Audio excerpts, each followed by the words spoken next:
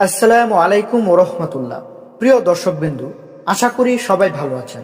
বর্তমান যুগে আমাদের সবার হাতেই স্মার্টফোন। অনেকেই মোবাইলের কভারের পেছনে নিজের ছবি, প্রিয়জনের ছবি, কার্টুন বা মানুষের ছবি বা পশু পাখির ছবি ব্যবহার করেন। কিন্তু প্রশ্ন হচ্ছে, এই মোবাইল পকেটে নিয়ে নামাজ পড়লে নামাজ হবে কি?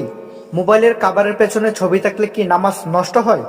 আজকে আপনাদেরকে এই বিষয়টা সম্পর্কে জানাবো, তাই ভিডিওটি না টেনে সবাইকে সম্পূর্ণ দেখার অনুরোধ রইল। প্রিয় দর্শক, প্রথমেই বুঝে নেওয়া দরকার, ইসলামে প্রাণীর ছবি, মানুষ বা জীবজন্তু সম্পর্কে কঠোরতা আছে। হাদিসে এসেছে, যে ব্যক্তি ছবি আঁকে কিয়ামতের দিন তাকে সেই ছবিতে প্রাণ ফুঁকাতে বলা হবে। সহিহ বুখারী, সহিহ মুসলিম। এজন্য মানুষের ছবি, প্রাণীর ছবি এসব ঝুলিয়ে রাখা, প্রদর্শন করা অপ্রয়োজনীয় ও অনেক ক্ষেত্রে হারাম। তাহলে মোবাইল কভারের পেছনে ছবি কি একই রকম? এখানে বিষয়টি একটু ভিন্ন। কারণ ছবি ঝুলানো না, মোবাইল কভারের পেছনের ছবি দেয়ালে ঝুলানো না, আলাদা করে প্রদর্শনের উদ্দেশ্য না, ছোট ও অনিচ্ছাকৃতভাবে সাথে থাকে।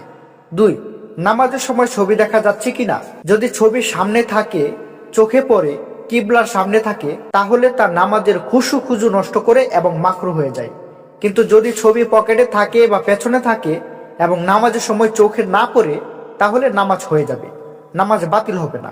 অধিকাংশ আলেম বলেন, মোবাইল কভারের পেছনে ছবি থাকা অবস্থায় নামাজ সহিহ, তবে এটি উত্তম আমল নয়।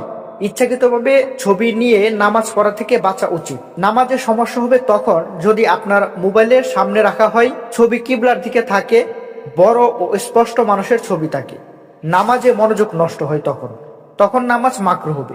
কিন্তু অধিকাংশ ক্ষেত্রে নামাজ বাতিল হবে না। তো প্রিয় ভাই বোনেরা, নামাজের আগে মোবাইল পকেট থেকে বের করে রাখা বা সাদামাটা কভার ব্যবহার করা বা ছবি ছাড়া কভার নেওয়া, এগুলো করলে নামাজে খুশু বাড়বে, কোনো সন্দেহ থাকবে না, আল্লাহ বেশি সন্তুষ্ট হবেন ইনশাআল্লাহ। তো আল্লাহ তাআলা আমাদের সবাইকে বোঝার তৌফিক দান করুক। সকলে ভালো থাকবেন, সুস্থ থাকবেন। আসসালামু আলাইকুম। আল্লাহ হাফেজ।